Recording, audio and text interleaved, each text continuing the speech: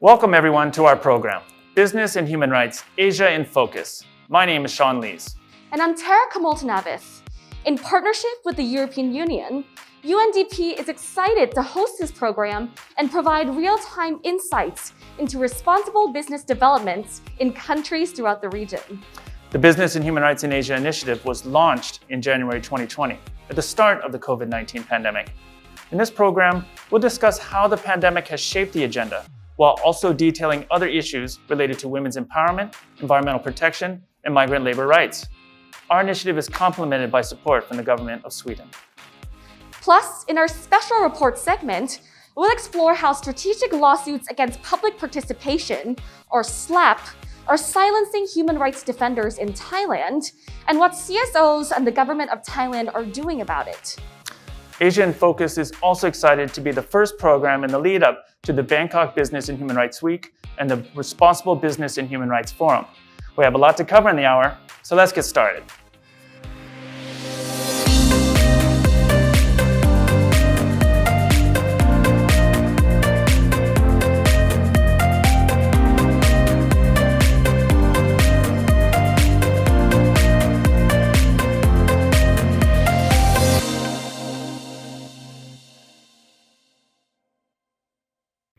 Hello, and thanks again for joining us for Business and Human Rights, Asia in Focus. This special one-hour program will give you a closer look into the joint work of the EU and UNDP on the business and human rights agenda. We have our team of business and human rights specialists ready to answer your questions on a range of subjects. Please put your questions to them in the live chat. The main goal of the Business and Human Rights Initiative is to achieve greater uptake of the UN Guiding Principles on business and human rights in Asia. To better understand the challenges and opportunities, we'll hear from a business and human rights specialist in India, Sri Lanka, Malaysia, Thailand, Mongolia, and Indonesia. Later in the program, we'll have an interview with an EU trade counselor on the human rights and environmental dimensions of the EU's new trade policy. Now, India is grappling with one of the most significant public health crises since the country's independence. The economy has ground to a halt. Unemployment continues to rise as the number of COVID-19 patients increases. What role and place does the business and human rights agenda have under current circumstances in India? Let's welcome business and human rights specialist Nusrat Khan to give us some perspective. Nusrat, welcome. Thank you, Sean and Tiara. Indeed, India faces a huge crisis at the moment, and not only from a public health perspective. The country is facing its largest economic contraction ever recorded. And currently, economists have predicted a 7.7% decline in India's GDP, setting the country up for its biggest economic hit since 1952. Tell us, Nusrat, amidst the fallout of the COVID-19 pandemic, is the government still able and willing to push a wider business and human rights agenda? Well, based on my work with the government agencies, I can say that the government is working on recovery plans, and responsible business agenda is at the very heart of it. As you may know, UNDP has been working with the Ministry of Corporate Affairs for over 2 years now on development of India's National Action Plan on Business and Human Rights. And there is a new draft nearly ready to be shared. However, this may not be the right time for it given the other pressing priorities at hand. As you may appreciate, given the unprecedented emergency circumstances at the moment, there is very little appetite for discussion and debate on policy frameworks, and perhaps that is to be expected. What are the hopes of the business and human rights agenda being back on track? Under the circumstances, I think the agenda is very much on track. COVID-19 has especially highlighted the importance and critical role of responsible business in a society's well-being overall. And our job at the moment is to ensure that policymakers remain mindful of the relevance of this agenda in the time of this crisis. And in some ways, the follow-through on the business and human rights agenda in India will influence its uptake by other countries facing similar economic and social distress. A stark reminder of what's at stake in these difficult times. Thank you so much, Nusrat, for your update on India. Thank you both. Battling the COVID-19 pandemic has led to huge demands for medical supplies. To fill the orders, many workers are working overtime in cramped facilities. 2/3 of the world's medical gloves come from Malaysia. But earlier this year, the U.S. Customs and Border Protection Agency banned imports of rubber gloves from Malaysia's largest manufacturer, citing forced labor allegations. How has Malaysia responded to this? Joining us now is Jehan Wahid Abdulaziz. Jehan? Thanks, John. Indeed, on the 15th of July of 2020, the US found credible allegations that rubber gloves were made by workers subject to debt bondage, excessive overtime work, retention of identification documents, and substandard accommodation. The US issued what is called a withhold release order on these shipments. What was the reaction of the Malaysian business community? Well, the ban on rubber glove shipments really shook the industry here. I think that many were surprised by this action. Almost immediately, the companies subject to the ban launched a $60 million remediation campaign in an attempt to reimburse workers for recruitment fees that they may have paid for the opportunity to work in Malaysia. As you may know, recruitment fees forced upon workers is a major risk factor of forced labor. What I find really interesting about this case, though, is that after the remediation program was launched, another company followed suit, even though it was not subject to any import ban. That is really surprising. Any more recent developments? Well, first, let me say that we really welcome these responses from Malaysian industry, and we are very happy to have their support in promoting wider access to remedy. But the main goal is to prevent labor abuses from happening in the first place, and this is where human rights due diligence comes in. So our focus for 2021 is to raise awareness among all stakeholders on due diligence and responsible business practices. We are looking at supporting civil society to engage on these issues. What actions has the government taken in light of the import ban? Well, after the withhold release order, the government took legal action against a rubber glove manufacturer for issues related to accommodations for migrant workers and other indicators of forced labor. The government also began moving more steadily towards a national baseline assessment to identify gaps across 3 thematic areas: labor, the environment, and governance. And we are hoping that the government will launch a national action plan on business and human rights in the next 12 months or so. Thank you, Jehan. We'll be watching closely for other fast-moving developments in Malaysia.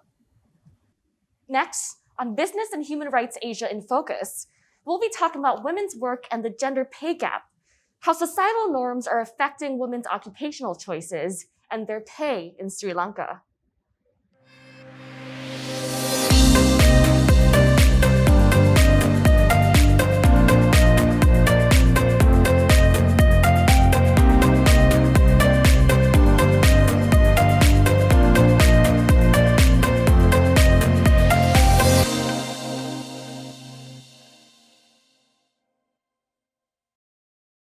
Each year, thousands of young women in Sri Lanka leave their homes in remote areas of the country to work in the country's free trade zones, or FTZs.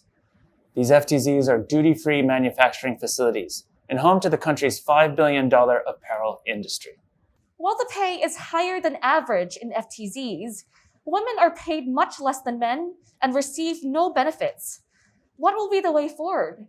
And how can the country promote greater women's participation in the labor market? Miyanti Piris, UNDP's Business and Human Rights Specialist in Sri Lanka, is here to tell us more. Hi, Miyanti. Hi, Chera. Yes, so actually many of the beautiful clothes we see on the runways and around the world are actually produced in Sri Lanka.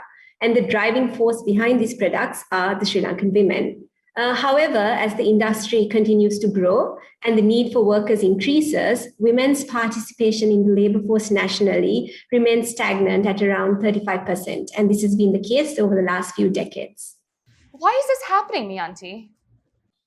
Well, in Sri Lanka, women face several barriers, such as occupational segregation, income inequality, as well as discrimination in the workplace, as well as the quality of jobs that are available to women are lower than that of men.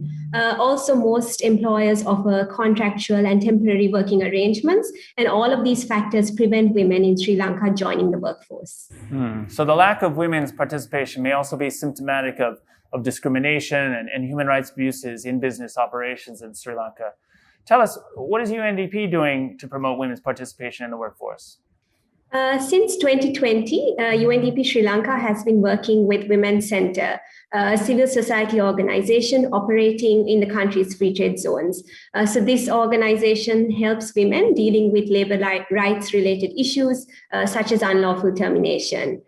We support the CSO in educating women about their rights. We also support them to make referrals, connecting them with relevant authorities, and for them to be able to access legal aid. And this has been a significant part of our work, especially in the context of COVID. And what kind of impact has the COVID-19 pandemic had on women workers working in the free trade zones? So when the second wave hit last year, factories had to be shut down. Many women were left with no work and no income overnight. They were unable to sort of access government support because they were not officially registered at their temporary residencies. So together with Women's Centre, we identified these women and we raised their concerns over unpaid wages and other rights-related abuses with their employees and relevant state authorities.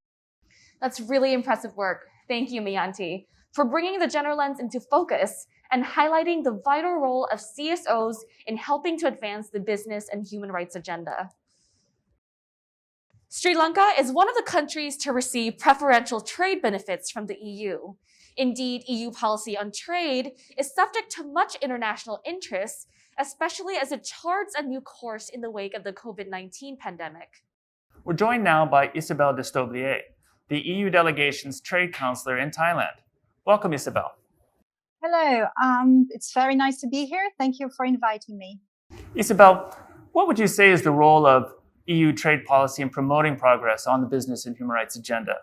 What are some tools in the trade policy toolbox to ensure international obligations on human rights are honored? Well, trade policy is expected to deliver on very diverse expectations and more traditionally ranging from supporting the economic growth, jobs, also to promote some geopolitical interest. And making trade policy a tool to promote human rights and to fight also against climate change is a more recent trend. It's true that this aspiration of using trade policy towards sustainability is a more recent trend that has been exacerbated by the COVID-19 pandemic. So yes, you are absolutely right. Trade policy has definitely a role to play, and it is a powerful tool to trigger responsibilities of businesses vis-a-vis human rights and also vis-a-vis the environmental challenge.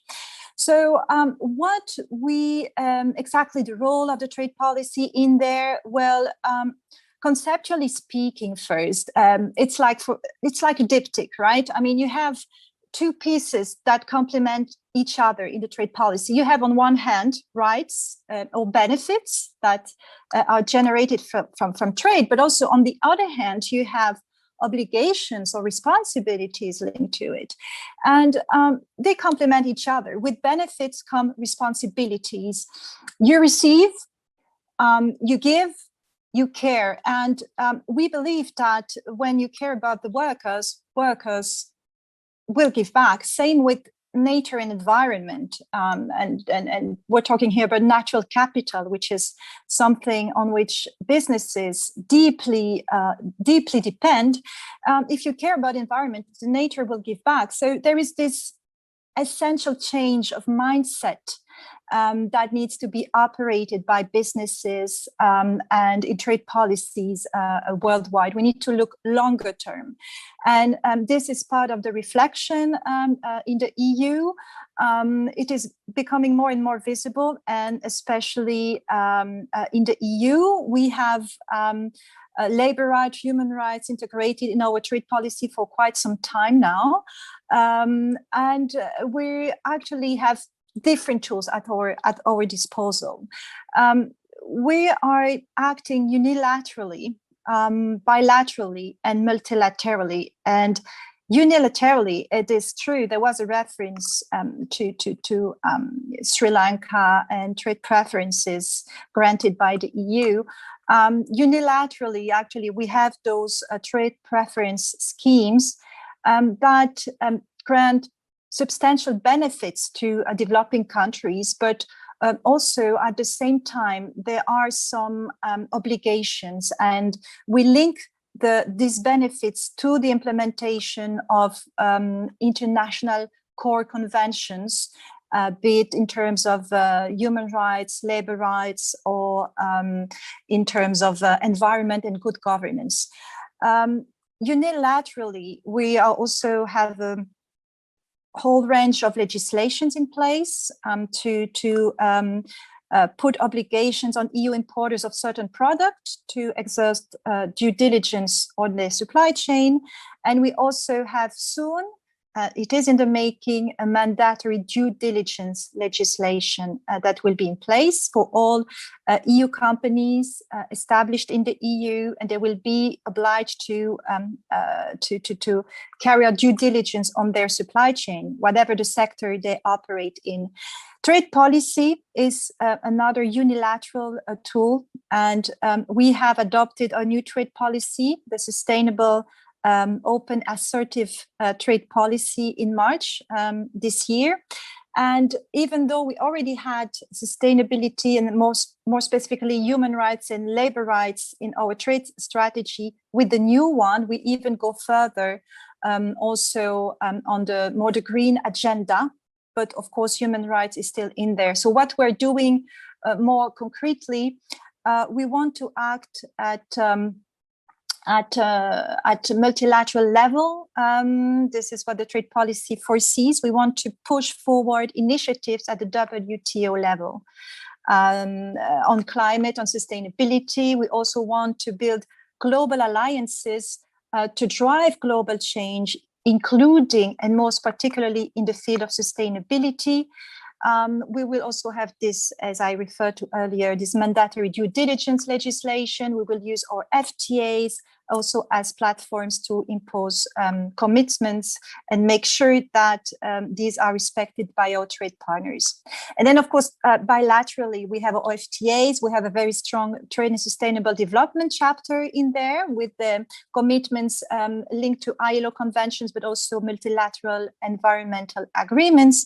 And these are binding commitments. And if there is no respect from the trade partner, there could be a dispute mechanism that is triggered, and they could be difficulties in our trade relationships. So I will just stop here because actually we have so many tools, and this is very high on the agenda of the EU, and especially, of course, also for our trade policy for the next decade. What is the message you'd like to give our audience today on the importance of human rights and the environment to the trade relationship between the EU and Asia? Well, first we have to look at we have to consider the economic truth. The global economic outlook showed that the EU will continue to be a major economic player. There is a projection by the OECD that we will keep growing annually by 1.4% GDP growth rate. For each year, but at the same time, of course, other regions, other countries will continue rising, and this is, of course, specifically the case here in Asia. So it means that the relative position of the EU in the world trade competition will also be affected. So this is something that we know, and we take this into account to support our political ambition to make a stronger Europe. And Asia will remain definitely a key trading partner for Europe. But at the same time, and that's my second point, we have to also respond to the legitimate expectations of our constituency, of our citizens, of our businesses in the field of sustainability. The bilateral trade and investment that we will continue having will not take place at any cost. This is a reality that is as important as the economic figures. And it is very unresponsible and unrealistic from the EU, but also from Asia, to put aside people's concerns, be it in the field of human rights or environment, it would simply not work. It is as simple as that. So we need together to have a forward-looking vision, to be transparent, to be liable, and to realize that not only the economy has turned global, but also information and people. And we are capable to advance together on the path of sustainability, also at multilateral level. And no one reasonably wishes to bring the world to the brink of collapse, right? So there are many possibilities, as I said, at our disposal in the field of trade. We just have to work together, build back the world better together, and just make good use of all these trade tools in an efficient and constructive way. Very strong messages today: sustainability, cooperation. Thank you for being here today, Isabel. Thank you again for inviting me. Thailand was the first country in Asia to have a standalone national action plan on business and human rights. The plan focuses on priority areas such as cross-border investment and labor, land and natural resources, as well as human rights defenders. Now, as the plans are being rolled out, one key challenge that's been identified is strategic lawsuits against public participation, or SLAP. These are used by corporations to intimidate its critics. How will Thailand defend its rights defenders? Let's turn to this special report. According to reports, there have been over 200 defamation cases targeting activists, NGOs, academics, and human rights defenders in Thailand since 1997. And the toll is growing. Filing libel and defamation cases is a tactic increasingly used by some businesses to intimidate public opposition. The goal is not so much to win the lawsuit, but to drain the target's time, energy, and resources in protracted and expensive legal proceedings until they abandon their position. Human rights and environmental lawyer Sor Ratanamani Pokla knows the issue all too well. She has dedicated her life to defending the rights of the accused. We realize that whenever we work on the SLAP lawsuit, we realize that the agenda of the company is not to win the case, but they want to stop or delay or make the struggle to the community, to the human rights defender. Just that is. They try to use every law that they think that they can use to stop the people. If it go to the community or villager who are poor, who just they just rely on for their livelihood daily they have to stop working and go to the court. That is not fair, because they should not come with these kind of cases and they lost the benefit they cannot earn money in their daily work, and it's also affect to their family. These lawsuits are called SLAPs, or strategic lawsuits against public participation. It's a form of judicial harassment often brought against individuals or groups who rightfully voice concerns about issues affecting their communities. The Royal Thai government has recognized the problem and is working with UNDP and civil society organizations to address this issue. Most recently, changes to the country's criminal code to empower courts to dismiss private lawsuit cases found to be filed in bad faith. The concept of SLAP, however, is still new in Thailand. Therefore, many judges are unfamiliar with the practice and find it hard to tell what's a SLAP and what's not. The Loi Gold mining case, company filed the case to a compensation for 50 million baht. Because of they just put the sign in front of village saying that this village don't want mining. Company used this to file the case against them for the defamation case. The judicial see the case, they have to see that what the hidden agenda in this case. Then have to see first, this is the case for the public interest. This is the case for the public participation. If they found that all the case is related with these two things, then they have to be consider and rethink that it may be slap case. The people who come forward for their rights, who stand for their right, they are not troublemaker. Then we should hear from them why they do this. Many thanks to our business and human rights team for that story. We're now joined by our business and human rights specialist in Thailand, Ms. Terani Suravaronon. Welcome to the show, Terani. And can you tell us what UNDP is doing with the government to support rights defenders and local communities? Thank you, Sean, for having me today. As part of our project activities and also continuous support for the Ministry of Justice on the implementations of the National Action Plan on Business and Human Rights, we are conducting two important studies. One on the anti-strategic litigations against public participations or SLAPs, law and measures, and the second one on the protections of the human rights defender. These two studies will involve the perspectives of judiciary, government, human rights defender, business communities, and also other key stakeholders. The first study on the anti-SLAPs, we hope that this study will inform our policymakers and also members of business communities of the economic impact and also the reputational risks associated of using the SLAPs against the human rights defender.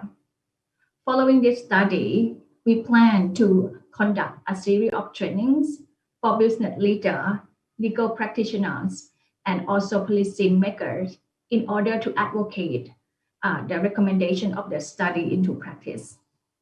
The second study on the protections of human rights defender is aimed at outlining some of the good practices for the government and the business community to undertake to respect and protect human rights defender. But why is a study so important? How can it make a difference?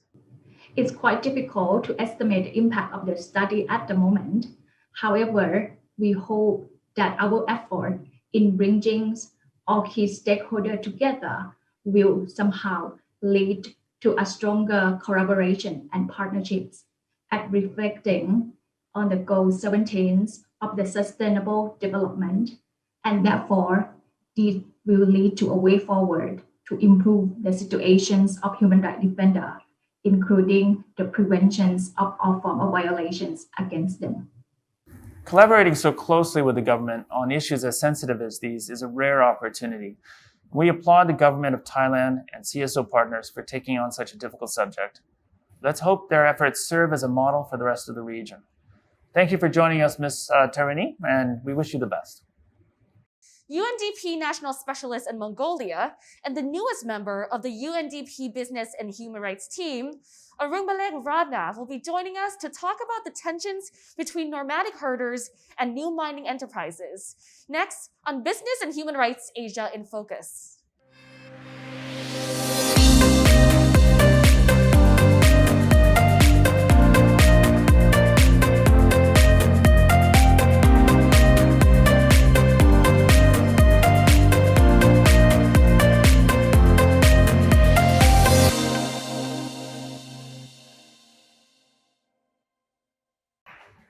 In the last decade, Mongolia has transformed into a booming industrial economy driven by the mining sector.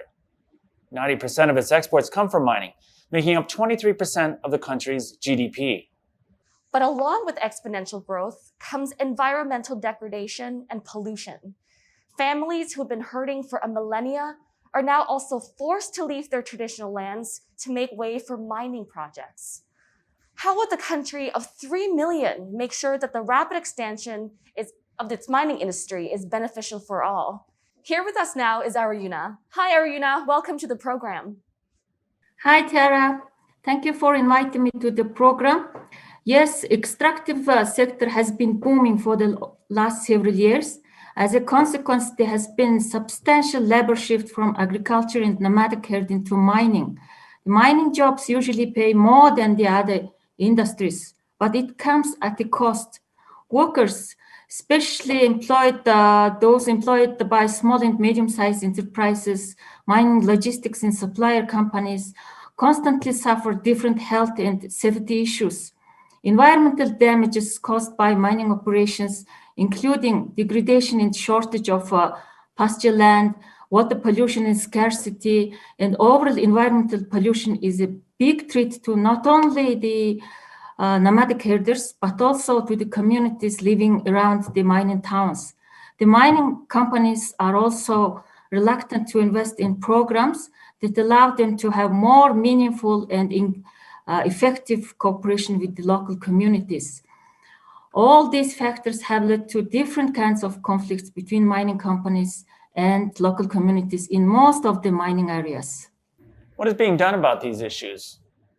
Well, since our program has started in Mongolia officially in 2021, our focus has been mostly to promote and strengthen the multi-stakeholder dialogue among the government, mining companies, and local communities to enhance more trust and collaboration among them.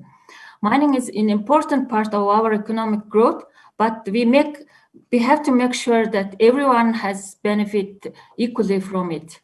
I understand that UNDP is also currently piloting projects at a local level involving communities and mining companies. Can you tell us more about that?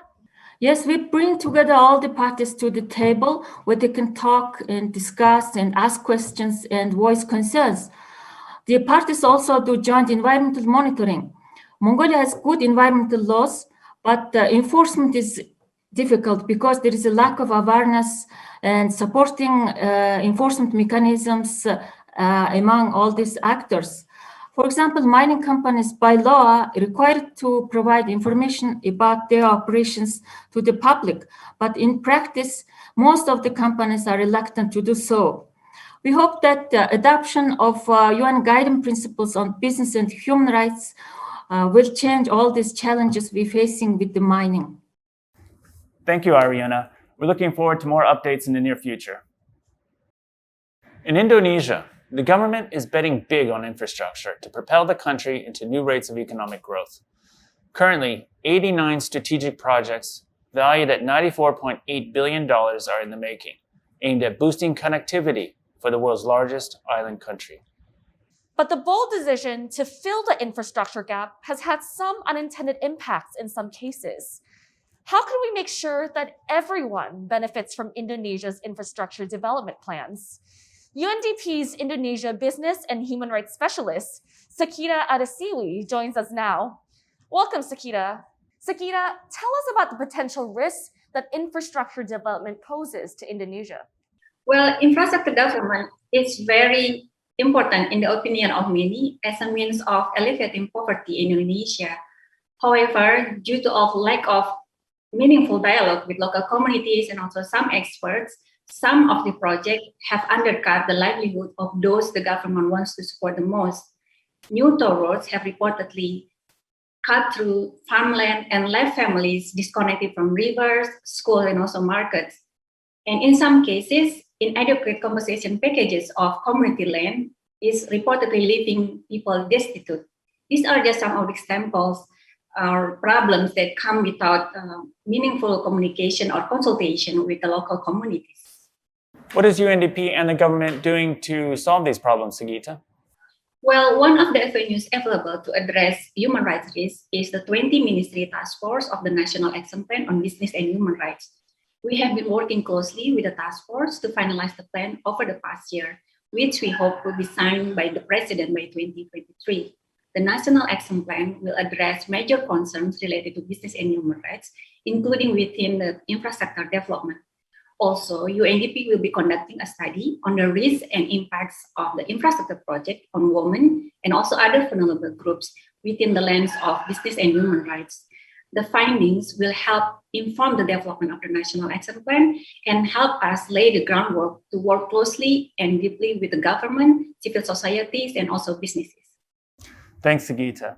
And indeed, deeper engagement with all stakeholders is called for on infrastructure development, but also on mining projects, on women's participation, on forced labor risks, on trade, and on the protection of human rights defenders.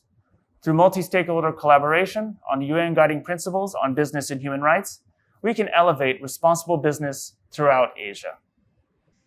And that, ladies and gentlemen, is the end of the Business and Human Rights Asia in Focus program. On behalf of UNDP and the EU, I'd like to thank all our business and human rights specialists, stakeholders, and government partners from all our programming countries for your support throughout. And thank you for watching today and being a partner in ensuring sustainable economic development in Asia. If you have any questions or you want to find out more about our Business and Human Rights Initiative, contact us through our email address on the screen and visit our website. Goodbye. Bye.